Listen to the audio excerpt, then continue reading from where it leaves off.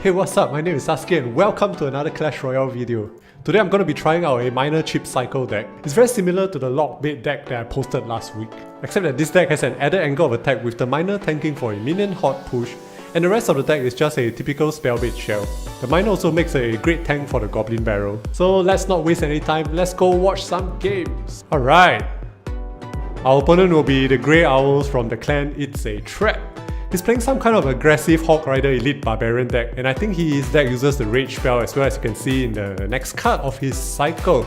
So we'll start things off with the Goblin Barrel. It's very typical of the spell bait deck to just test waters with a Goblin Barrel or a Princess on the bridge.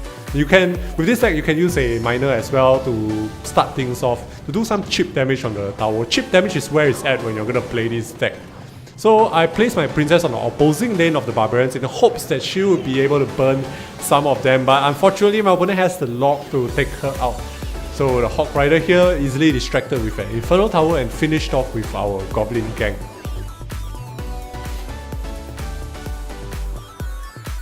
The Musketeer here marching onto our tower, and our opponent will drop an Elite Barbarian to push ahead of the Musketeers.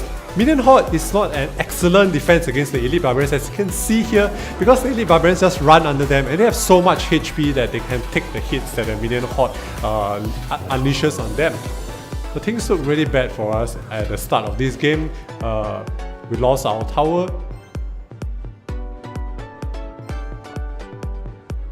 This deck is able to pull together some pretty good comebacks because it has such a strong punishing mechanic. Like if your opponent makes a single mistake or trips up, you can punish them very severely with the minor minion Horde push.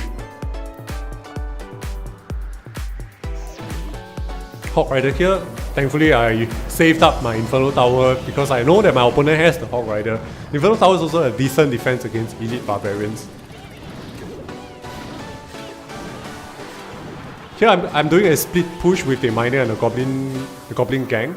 And the Miner will be able to do a lot of damage on the tower before the opponent manages to put together a defense in the form of his Barbarians.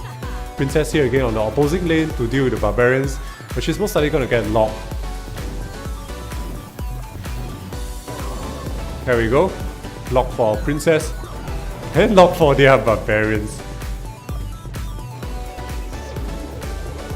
So when you play this deck, if it looks like you're going to lose, don't give up. Just keep pushing and doing a lot of chip damage. Just keep throwing Goblin Barrels, Inferno Towers, Minion Hordes, Goblin Gang, stuff like that.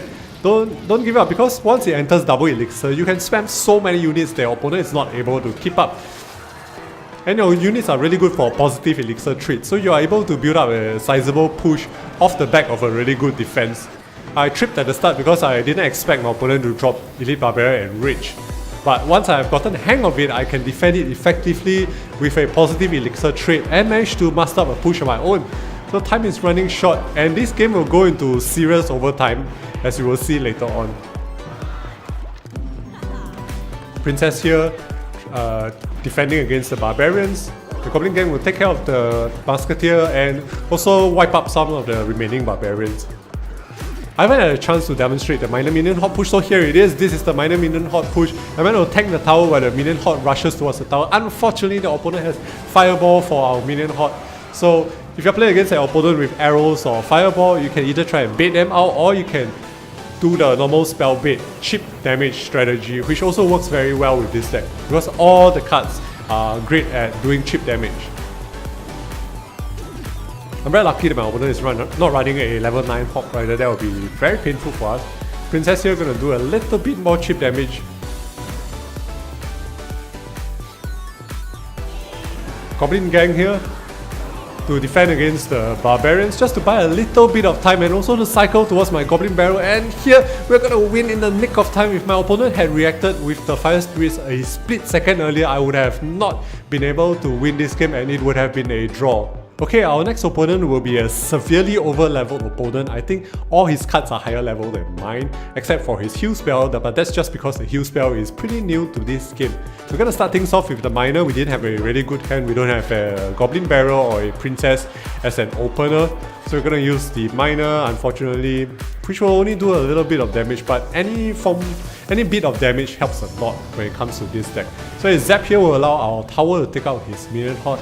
You can see here the level 7 golem. My highest level epic is level 6. And that is my goblin barrel. The rest of my epics are level 5. Level 10 Valkyrie. My highest level rare is like level 8. I have a level 9 Hawk Rider, but this is just plain ridiculous. So this game will be a pretty good demonstration of how this deck can actually beat an over-level opponent through sheer positive elixir traits and using your troops strategically. So as you can see, Minion Horde is actually very lousy against the wizard, but if you place it when the wizard is distracted with something like an Inferno Tower, they do a lot of damage. And here, the miner and the Minion Horde push in action. Look at how much damage my Minion Horde is doing with the tower once the tower is not shooting at them. So if the opponent doesn't have like arrows or fireball to deal with your Minion Horde, they are in for a world of pain. The opponent has Wizard, but he unwisely used it at the start to support his Golem, and once his Golem push has been stopped, he no longer has the Wizard to deal with our Minion Horde. Princess over here across the river just to shoot at the tower a little bit and to pull the opponent's response troop away from the bridge to buy me more time. This level 10 Valkyrie, pretty disgusting. My opponent drops a heal spell to support her, but she's not gonna heal enough HP when she's facing with a Minion Horde. So my opponent finally has a Wizard to deal with the Minion Horde here, but I'm going to zap the Wizard just to buy a few more hits from our Minion Horde. And you can see the Minion Horde just taking out the tower easily just because of that single zap. If I had not zapped the Wizard, I'm pretty sure my Minion Horde would maybe have taken the tower down to half HP or something. So Inferno Tower here, strategically stopping the Hawk Rider. Princess is not amazing against Wizard. Your opponent using lightning here, not the best use of lightning. Hitting our King Tower and killing a princess. So now we know why he is down here in the same trophy count as me with such over-level cards. I'm just dropping an Inferno Tower here just to be safe so that my opponent can't get any towers at all. Minion Horde here will be able to take out the Valkyrie as well as the minions dropped by opponents, and our Goblin Gang will be able to buy us some time against this Golem. Wizard is traditionally just really good against this deck. My opponent has been using him at the wrong time, so it will be an easy win for us. It will be a 3-crown victory against a severely over-level opponent. I hope you really enjoyed that game. And finally, let's come to our last game where we will be playing against a traditional Royal Giant deck, everyone's favorite kind of deck. We have two pretty good opening here, the Goblin Barrel and the Miner, so of course you should use your Goblin Barrel first because it does a lot more damage than the Miner alone. And you want to save the Miner in case you have a Minion Horde up in your next cut. So that's exactly what I'm doing. I'm saving the Minion Horde I'm saving the Miner because I have the Minion Horde in my as the next card in my cycle. Minion Horde here is not a great defense against Elite Barbarians as per one of the games before. I should be able to mitigate some of the damage. Miner here will tank for the Goblin Gang and the Minion Horde. Luckily for me, my opponent didn't have his poison spell ready, so my Minion Horde and my Goblin Gang will be able to do a lot of damage after the Miner has tanked for them. It's not enough to take out the tower, but the tower is as good as gone. And this is even better for me because now his King Tower is not awake.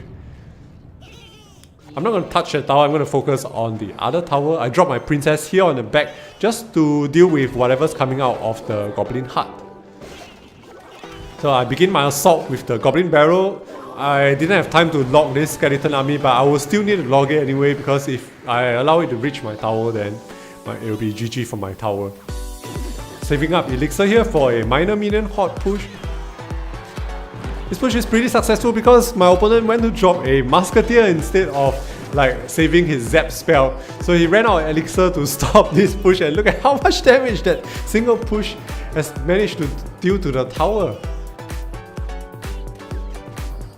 So of course this push is not always effective.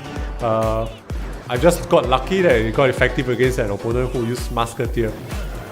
Inferno Tower here in an attempt to stop the Elite Barbarians. The lock will help to mitigate additional damage on our tower, and we should be able to kill this one Barbarian without losing our tower. Opponent there with only 35 HP left on his tower, and he drops a Royal Giant backed up by a Goblin Gang. The Royal Giant will definitely be able to take out a tower, there's no questions about it, because that's what Royal Giants are good for. They're good for just dealing direct damage to a tower, even more than a Fireball. A lot of skill is required to play the Royal Giant. Pop him at the breach. Inferno Tower there on my opponent's side of the building just to buy space for my miner. It's not a throw move. I'm not trying to BM my opponent, but I was trying to create space for my miner to do a few more hits onto the opponent's King Tower. So that proved to be not a great move because now I don't have the Inferno Tower to deal with the opponent's Royal Giant, but thankfully we are a spell-based deck, so we always have swarm units on hand to deal with stuff like the Royal Giant. Opponent will be attempting to poison our tower, but it will not be enough. He's not going to be able to do 2000 damage to our tower. Even Elite Barbarians are not going to do it within the last 3 seconds, and it will be a win for us. Alright, I hope you enjoyed this video. Please tune in every week for more Clash Royale goodness. If you liked what you see, please drop a thumbs up and a subscribe down below. And as always, love yourself and take care. Bye bye.